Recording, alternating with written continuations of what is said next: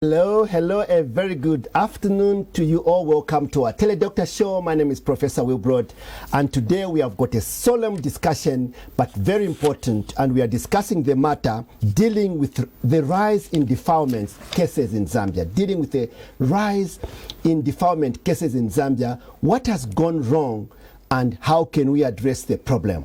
And in the studio today, I've got a special guest from White MCA, and this is no other than Miss Kalu Mubita. Welcome. Thank you very much and good evening.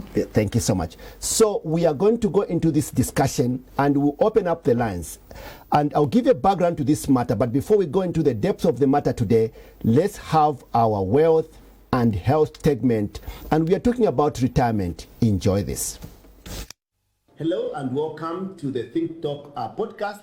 Viewers, as you can see, we've got Mafipe who is ready to answer our questions. Retirement, what does it mean? I would call it a point at which your career is winding down. Yes, and your income is dropping. And do you stop being important or not? Because some people go into depression, they say you are retired, you are depressed. What comes there? No, I think there's a misconception around retirement. You know, the retirement age had been 55. And I think that's far too young, because what you see is many of those people still have the energy and the ability to contribute. It was later revised to 65. But if you go to Europe and the US and other places, many people are working into their 70s. It depends on the kind of job they have. In the US, for example, Supreme Court judges don't have a retirement age.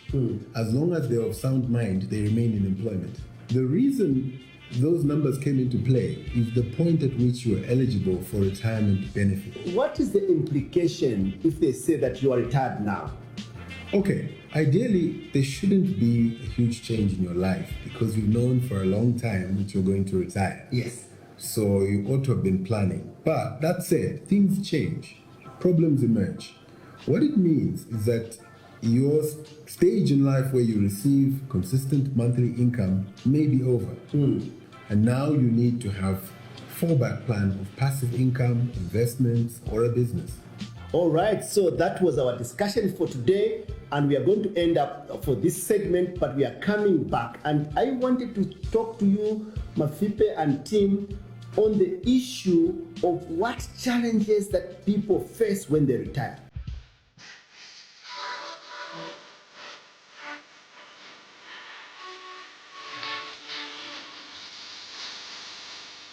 Think Talk with Professor Wilbrod. Welcome back. So if you are retiring, but one thing I'm sure about is that all of us, even if you look like you are not going to retire, you are going to retire ultimately. So that video is also available on our Facebook page for Teledoctor, on our podcast. Please view it and let me know what you think. Retirement, how ready are you? So let's go back to our topic dealing with the rise in defilement cases in Zambia. What has gone wrong and how can we address this issue? And ladies and gentlemen, as you see, this is a very solemn discussion today, and I'm really touched with what has happened the last few days, and it keeps coming. Every day I hear something. And if you look at the records from the police, like in 2024, they recorded about 9,300 cases of gender-based violence, and we'll come to the definition of that. And out of those, about 27% were children who were abused. And now if you follow the last few weeks, fathers, pastors, literally the people who are supposed to be in charge of the children, who are supposed to safeguard, because even the police, even if we trust them, they're not our parents. We have to trust our parents more. People who are supposed to be our guardians in spiritual matters are the ones that are perpetuating this, destroying children. Muchibembat ubo naoshi, uko naolafye, mwepaya inama, mwakano kulia. So that's very sad, and that's why I wanted to hear from our guest today, and she will explain herself what they are doing to address this matter. And I want you to call in. How do we protect our kids? Because the very people that should protect them are the ones letting them down. And this is heartbreaking, but discussing this matter at societal level, at individual, we can make a difference. Ms. Mubita, welcome back again. Thank you very much. So this is a very emotional matter, but I want you to just explain a little bit about yourself and why you think you can help the Zambians understand this matter, like in terms of your background and what you do. Thank you very much. So I work for the Young Women's Christian Association, where I'm the programs manager. And the Young Women's Christian Association was actually established in 1957. We've been in existence for a very long time. And our main focus literally is to work around the empowerment of women, youth, and children for the betterment of society. Currently, we have presence in 10 provinces across the country, and we have regional offices where we have our officers who are supporting a broad spectrum of work. So we do a lot of work when it comes to gender and equality, health issues, looking at sexual reproductive health, empowerment of women, and also leadership roles and responsibilities of women in the community. So in a nutshell, that is what we provide. But in relation to today's topic, Yes. we provide what we call temporary shelter for survivors of gender-based violence. So we have shelters for children and shelters specifically for adult women. In Lusaka, we have 2 shelters. Then we have 4 other shelters dotted around the country providing that support. But also we do not neglect the community. We have what we call in our drop-in centers. So in the drop-in centers, at each regional office, we have what we call a drop-in center. So you have people coming through to seek services, psychosocial counseling, report GBV cases, report labor issues, broad spectrum of issues, so we're able to provide them with the support when they walk in our drop-in centers. Thank you very much. You are doing a lot of work. And who is funding that? Well, we have several number of people who are funding us.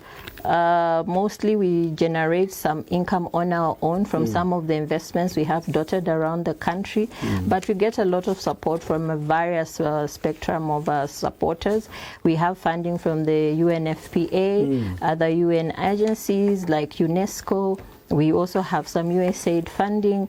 We have funding from several entities. We work with the likes of Save the Children. We work with CHAZ under the global funding to try and see how we can provide this work to the Excellent, community. very versatile. Okay, so we are discussing this matter of defilement, but it falls under GBV. So maybe we start with simple definition. What is GBV and how different is it from defilement? So GBV in a broad essence is basically violence that is committed against any gender. So it can be male or female. So basically it is violence against either gender, male or female. Then when you look at GBV, it comes in various forms. There's physical violence, there's sexual-based violence, there's emotional violence, there's economical violence.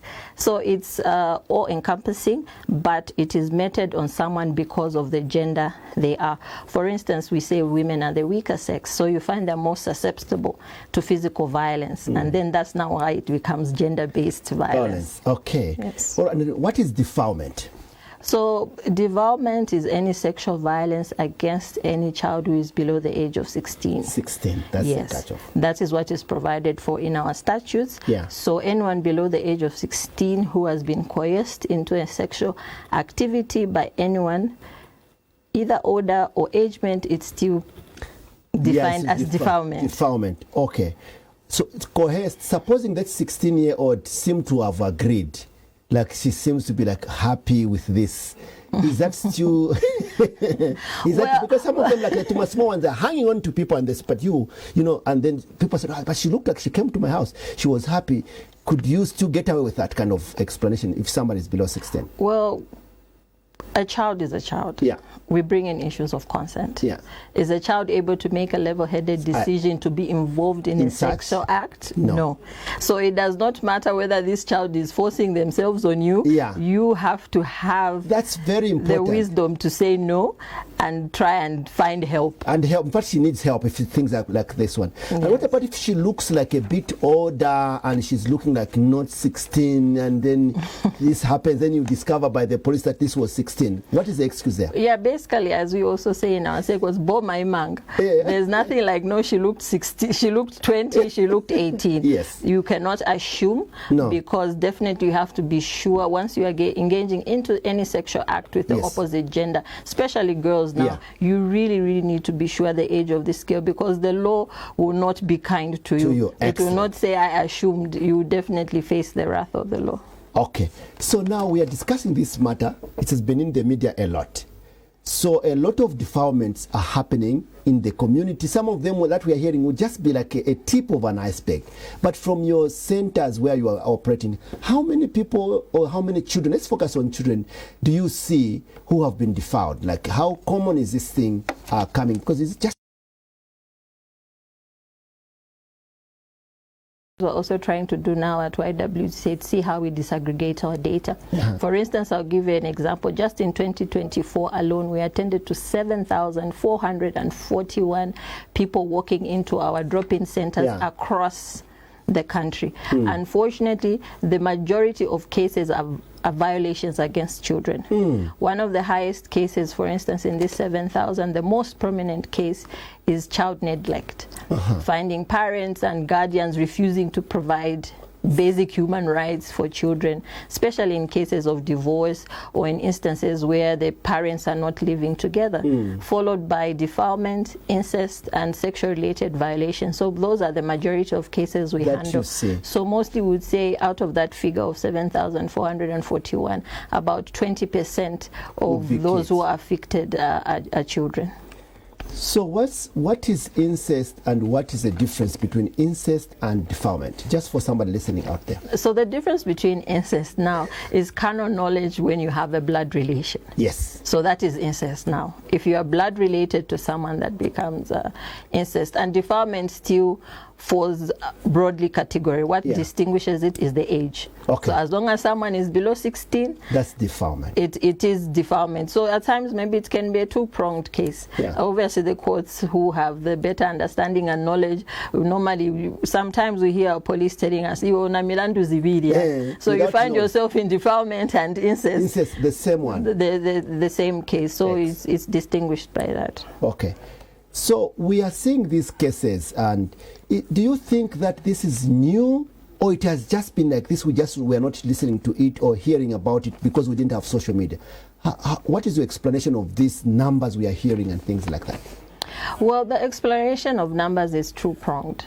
Yes, with the coming of social media, I think there's a lot of information out there and people are getting wind of stories and people are reporting. But the other thing is that there have been huge, massive investments by the government, civil society, and the church itself to try and create awareness around this vice. So you find that people are more often reporting. Sometimes, unfortunately, it's not the households where this is happening, but it's neighbors who are a little bit more vigilant, who are reporting. So it's two-pronged. And also just the fact that you are denying this child a right to live a fulfilling life. A lot of community members are coming in and reporting on behalf of these children. But I think because people are more aware and now they know that this is a wrong, I think we have a lot of stakeholders, even from as highest as the first office, for instance, the office of the First Lady. She's advocating at these issues because child marriage is a GBV. As well. It's a form of GBV. So you see that traditional leaders have been involved. The message is really out there. So people know and are able to identify and are trying to report when they can. Okay, so now let's talk about the different age groups. Children are different up to 16 or 15, depending on what you want. But which groups are more vulnerable and why is that? Well, mostly to bracket it, to say the most vulnerable ones are the school-going children, but normally we bracket it in what we call adolescents, 0 to 19. So you find that mostly these are the school-going age category of children. And definitely girls are more affected, but we're not saying the boys are not affected because we are also increasingly seeing several cases involving boys being reported to the police and our various drop-in centers. So what happens to the boys? Like what kind of problems do you see in the boys? Well, boys have various problems. They do come in with GBV cases, sexual-based violence, a lot of mental health issues emanating from drug abuse, and also just challenges with trying to cope with being an adolescent. Being an adolescent is not easy, and especially that we have few mental health facilities around the country, it becomes a little bit difficult to manage such a tricky stage. So what do you think is driving this epidemic, I'm calling it, of like defiling people in the community? Do you understand what are the drivers of this? Why would somebody who has got a daughter, beautiful, small, growing, want to defile them? So one of the key issues that we're also addressing as an organization, we've noticed that is the negative social norms. Okay. I think we're increasingly seeing several number of people trying to engage in these vile acts because they want a promotion. They want their business. They want ritual and things. Yes, so they become traditional rituals. I think one of the cases which the government is currently dealing with, the perpetrator claims, I was told it would cure my child.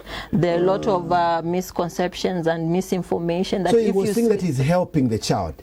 Yes. Or sometimes they'll say, as an adult, you'll be able to cure yourself of some of these diseases going on, especially HIV/AIDS. Yeah. There's a lot of misinformation in some communities that if you sleep with a child, you'll be able to cure yourself of HIV/AIDS. But also just negative social cultural norms that are going around. But one other thing that we notice is that the weakening of the family structure. Explain. The weakening of the family structure, where roles and responsibilities of parents are being neglected by most of these parents, unfortunately, in the communities. Not knowing where the children are, what safety is available to the children, or just their basic responsibilities. And I think this is why this has been reinforced with the Children Codes Act, where now it is law that a parent must provide minimum safety, security, and basic human rights for a child. Unfortunately, we've also seen one other thing is that the increasing numbers of divorce. So what this does now, because now it's also a gender issue, you find that mostly it is the man who is more economically viable. And the courts are increasingly saying, this woman does not have the resources to manage these children. Let's give him to the man. And now we're beginning to see all these issues coming up of male caretakers taking advantage of these children, whether they are sick or not, and also just a breakdown on the family structure. I think even the president himself has indicated that we need to strengthen the family structure so that we're able to support our children in our households. So if people are imagining that if they slept with their daughter, because I've got a 13-year-old daughter, I can't even imagine anything like that happening to her, right? Like it's almost, you can't sleep at night just dreaming, like you destroy a thing. If they're doing it, they're thinking that they are helping. How do you change this? Because when you ask them, no, me, I was helping my daughter. I wanted to cure her of cancer. How do you change this? So the task is huge. One of the things which are very difficult to change is social behavior. Meaning we need to continuously put our efforts together, the government, civil society, and other actors, and even the private sector. We need to begin to speak to how these negative social norms are affecting our children. We also need to begin to address the issue of mental health. I think right now we only have Chinama, which is the most known mental health facility, and unfortunately it is also shrouded in stigma. Everyone thinks when you go to Chinama you're crazy, but in fact that's not even the case. No. They are able to provide you with mental health to support the various stressors we are going through. Are you saying that there's a mental health also epidemic which is fueling this kind of behavior as well? Yes, I think statistics recently in the first quarter of this year, we were already receiving statistics from the Ministry of Health that we've recorded an increased number of mental health cases. The harshness of living within the economy and our society is also pushing people to extremes and doing the unacceptable things in society just to try and stay afloat. And also I think we also need to begin to see how best do we ensure that everyone is brought on board. It should not just be a government issue to address, but how are we in the communities becoming a brother's keeper. Excellent. So viewers, we are discussing an important topic emanating from recent happenings where we have seen a rise in defilement, and we are discussing with Ms. Mubita from YWCA, I confused this one, YWCA, and we want to know what we can do as a society. So far, we have established that the family structure is breaking. We have also established that a lot of people with divorce or neglect on children, they lose out on the control. Then the other thing we have established is that some of these requirements for promotion And in some cases, people think that if they defile somebody, they can be promoted or they can cure that child of a disease. So there's sickness in the house, in the mental sphere, and we need to think about this as a society. We'll be opening lines very shortly, and I want you to ask Mrs. Mbita a question or two. Before that, we take a break and we just look at the Teledoctor products we have, including the ECG 247, and let's see what you are missing out.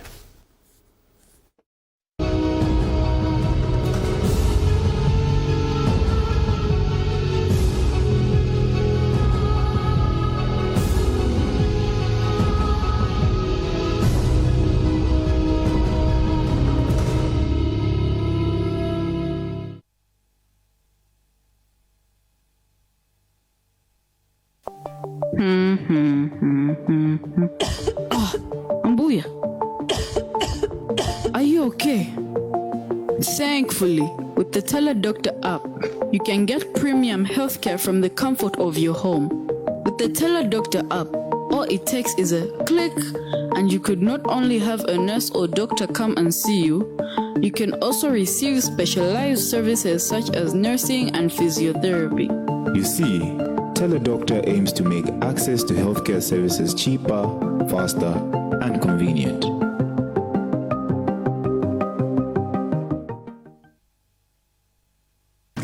Did you know that 46% of the deaths that we record in Zambia are as a result of inadequate access to healthcare services? Seeing that that was a gap, Teledoctor was birthed because it was working in line with what the Ministry of Health wants, which is providing effective and quality healthcare as close to the family as possible. We want to bridge the gap by telling you to get your smartphone and just download the app. Once you download the app, you can actually book for an appointment with a doctor or any licensed medical personnel. Do you also need a refill with your prescription? Quite all right, we do that and deliver the drugs from the comfort of your own home at your doorstep. So you can download the app or visit our website for more information.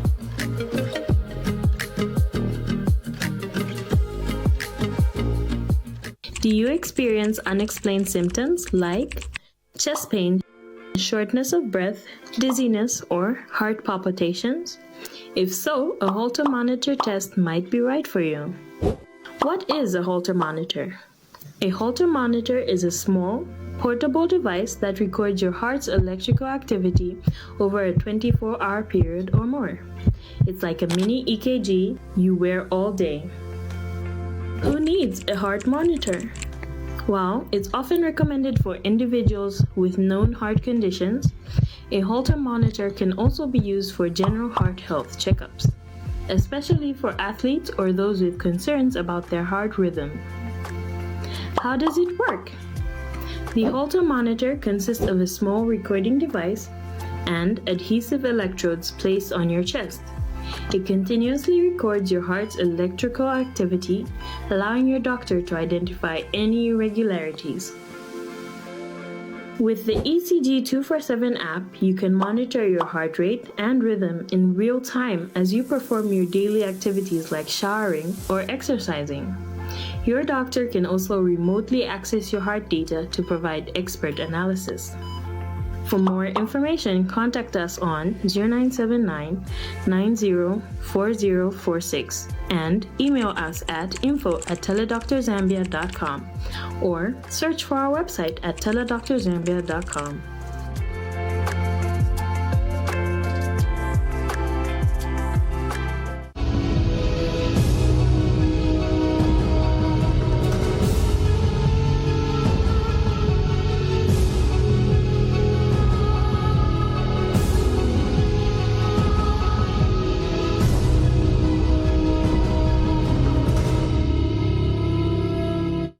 Welcome back. So if you don't have the Teledoctor app, I think you are missing out. So do download it on iOS or Android and you'll be on your way to good health. So we are discussing this rise in defilements and trying to find out how as a society we can respond to this.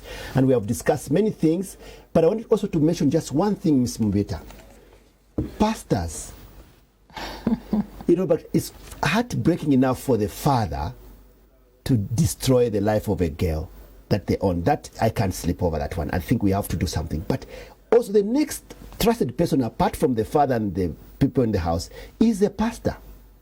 And the pastor goes ahead to defile their church members. What's your comment? And I heard some other pastor, I think I forwarded to you when we were discussing this, one of the pastors saying that he knows of a lot of pastors who defile girls and they are not caught. That again got me like, what is this about? Your comment.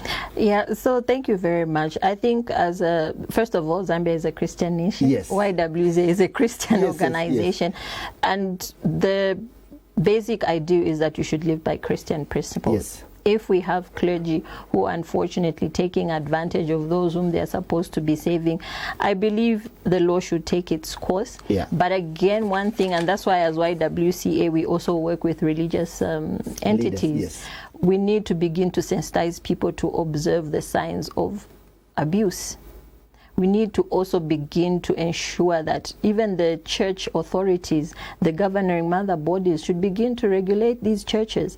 Is it a church that is meant to build on Christian principles, or it is to the benefit of the so-called lead of that church? Yeah. Because you see that some of these churches who are not hinged on Christian principles is where you find a lot of these happening. But it happens wherever there's a power balance. In the balance. Yes. Wherever there's a power dynamic, this is always bound to happen. But we need to continue to sensitize in churches, in the communities, for people to be able to identify the signs of abuse and when someone is crossing the line. Yeah. Is this within the spiritual guidance, or this is now crossing the border? The line. But how do you teach the girls? Because I think that the parents would say, no, she has got a problem at school, she's not sleeping well, so she's going to go to the pastor to pray. And I think they have got like good faith. How do you break that cycle of, because if you're questioning the pastor, you are taking away the trust. So that goes against like what naturally you would do to a pastor. So then how do you teach the people to balance this, that okay, trust, but don't trust too much. And if you leave your girl at night, like to a guy, like, I don't want to do this. Yeah, so it comes back to the church governing bodies. How are they engaging the leaders and pastors of these churches?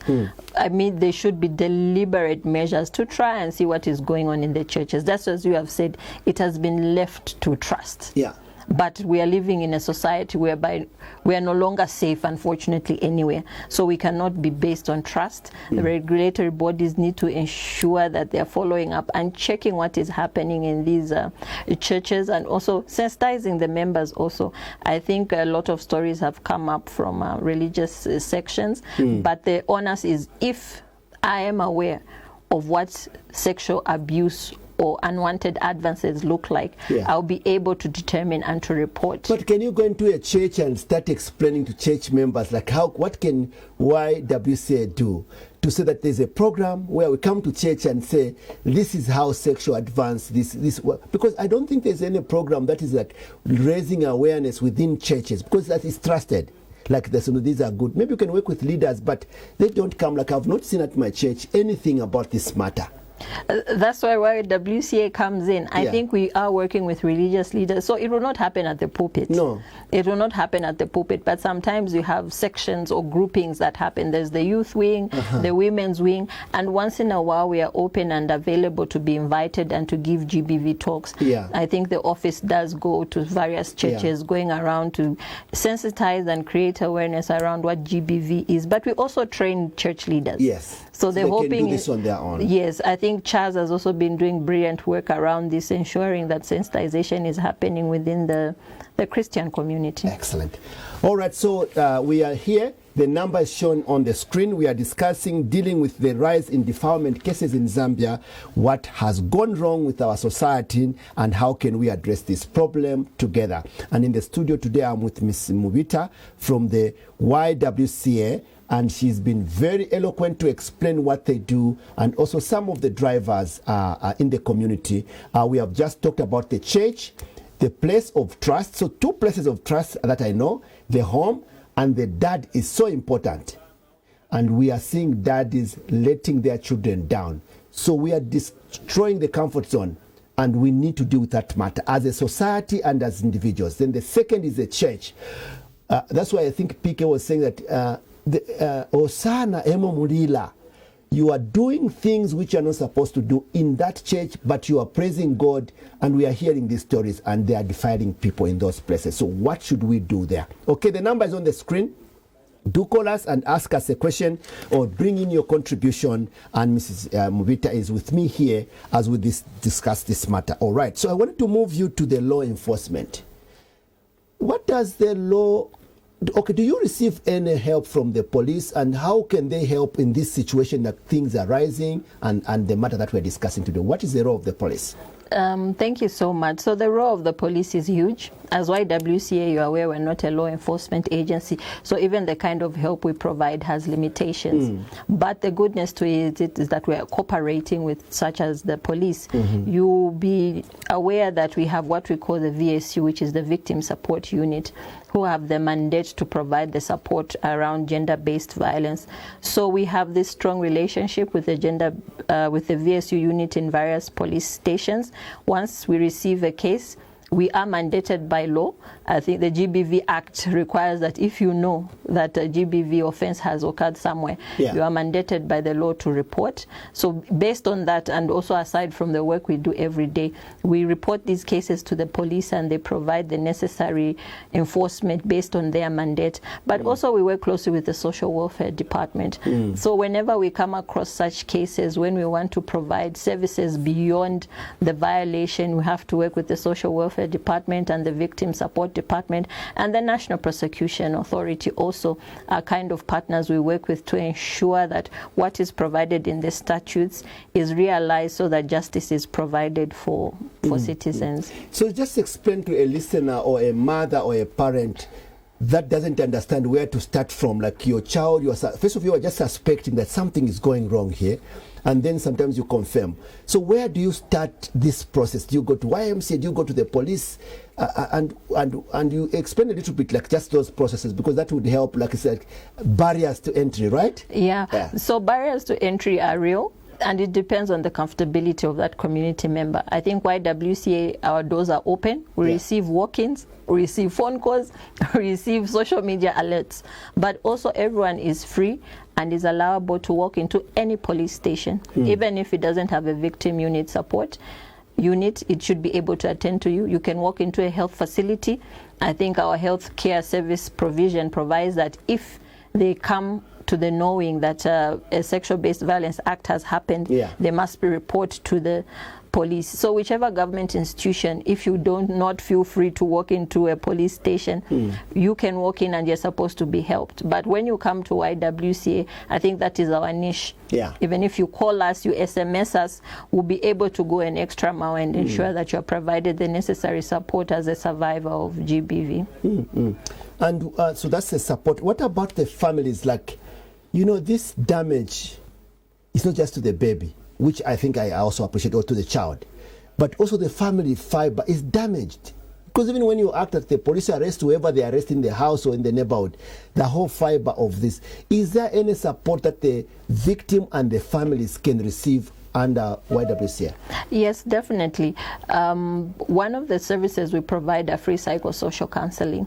And also part of the procedure under case management, for instance, if you have a GBV survivor whom we have sheltered, speaking hypothetically, if you are to reintegrate them, you cannot just send them back to the community without working with social welfare, doing an assessment at home. Is the environment conducive? And from that assessment, you'll be able to know, does this family need additional support to come to terms with what has happened? And in this instance, we still provide psychosocial support to family members who have experienced or gone through this, because these are realities. Families tend to be broken when a caregiver or a close relative is a perpetrator of this act. And I think through the social welfare, we have various avenues. Either we provide shelter, we reintegrate if it's safe, or working with the social welfare, we find other avenues that we are able to ensure that someone is able to go back into society and flourish. Okay. I think we have got an issue of the family members affected reporting the case that is very intimate to them. What's your advice? Like, they are afraid, because if they tell that the father did this, first of all, the wife is, I don't think the marriage is going to last because they have reposted there. Then the children also themselves would also lose a father. And so the stakes are not cheap or law, they are very, very high. What is your comment on this? One of the biggest issues we're grappling with when it comes to sexual-based violence is the culture of silence. This is something as a nation we have culturally grown up to. Do not wash dirty linen in public. That's what we call it. But it has killed children, people's futures. And what we do is we really encourage, and just as I said, in the assessment. For instance, there are a lot of government wings that are able to come on board and provide support. There's the gender division. So normally what we do, if you find that this woman has lost her marriage because she has reported the husband, we provide recommendation to the gender division, who have various social security packages or economic empowerment packages that are available. I think it's because society doesn't know. The social welfare has security packages that they can offer. It is not much, but also one thing we do is that we also provide training in empowerment and socioeconomic thriving. This is also that someone must be able to stand on their own. When we began the program, I said, as YWCA, our main thrust is to empower. So when we come across such women who are vulnerable because GBV has happened in their home and they have lost everything, we try to provide referral to the gender division, social welfare, or any other government departments that are able to link those help in reality, or you just refer? And definitely they help. I recommend you to our YWCA Facebook page. You find a story of the gender division having provided some economic empowerment package for a woman who was a survivor of GBV. Okay. So we are still here. If you've got a question for us, the number is shown on the screen. You can send us a question and we'll gladly answer that question with Ms. Mubita. We are discussing this increase in defilement and what we can do. So one thing that is like in this process, the men, okay, let's talk about maybe the sodomization, and I think that should not happen as well, but mostly it's like the men who are doing this. How do we change men? Like, how do we change them to become like allies, not perpetrators of this? Like, how do you do it? So, because we're talking like this, they're just listening and then hiding. Then tomorrow they're doing the same thing. Like, how do you change this? The key is in observing the symptoms of what will lead to violence within the home, and in this instance, it's GBV. It's a long road. We need to continually talk and speak against these issues. And I think also one of the deterrents, I think the Vice President already, the Republican Vice President this week was already speaking to how maybe we need to do something to our laws to ensure that it reinforces and it discourages perpetrators. No bail. I think also as YWCA, those are some of the things in the next coming weeks you'll be seeing us advocating for. No bail for these perpetrators, because you find that some of these perpetrators, after they engage in this act, they want to go and negotiate with the family.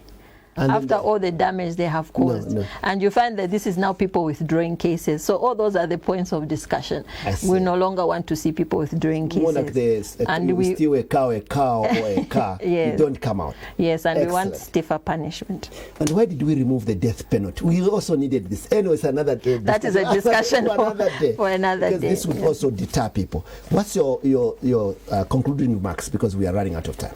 Well, our concluding remarks really as YWCA, that we find the recent happenings in the country very sickening and saddening. For us, we are looking at what is happening to the family unit, what is happening to the law enforcement agencies, what is also happening to civil society, what is happening to the communities. Are we sleeping? Why should our children no longer be safe in our own homes? So I think this is a call to everyone. It is not limited to government. It is not limited to civil society. Everyone in the streets should really be speaking against this, and we should be a brother's keeper. Thank you very much, Ms. Mubita. So viewers, we have to leave it here. Tomorrow we'll continue on Radio Phoenix with Ms. Mubita, and hopefully Dr. Jonathan Mwansa will join us from the Copper Belt. And this matter is very serious. Why should our children be unsafe in our own homes where we have birthed them? Why? I think this is what I leave to you today. All right, so as we close, I want just to show you some of the activities that are available in terms of services at the Teledoctor, and we shall put the posters there just to quickly go through them. All right, so as usual, we have got the Teledoctor app. You should download that for yourself, and that would be a good thing to have as well. Then we run clinics as well. So we do run clinics at Woodland Specialist Clinics, several clinics. One of them is a skin clinic that you can come and see, neurology clinic, dermatology clinic. Dermatology obviously is the skin, but also we have got, if you've got orthopedic bone problems, we are able to do that for you as well. All right, so we have run out of time. Okay, there we go. The on display skin clinic, which I've already mentioned. Let's move to the next one. And then we have got also hypertension clinic that you can come and actually attend, and diabetes. The doctors, the specialists are waiting for you. Urology clinic for men's issues, please do come. Men, sometimes you are hiding and we need to see you and help you.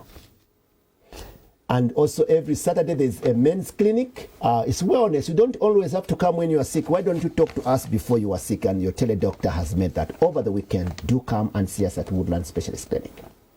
Hypertension clinic, which I've already referred to. This is a common problem. We have got a lot of these in our society without knowing. Neurology, if you've got a stroke, you need physio or a speech therapist, why don't you get in touch? Orthopedics for the joints, please do come. The bones, we do have specialists that can help, including physiotherapists. Fertility, in case you are struggling having a baby, your Teledoctor is team for you. You must enjoy life with your babies that you want. All right, so this is the last slide, just to tell you that if you have not downloaded the Teledoctor app, do so and do talk to us as soon as you are ready. So my name is Professor Wilbrod, and today we are discussing this important topic. Until next week, thank you to my engineer, thank you to my guest, and also tomorrow we are at Radio Phoenix. Don't forget 09 hours at Radio Phoenix. We'll discuss this matter and you can call him. Bye for now.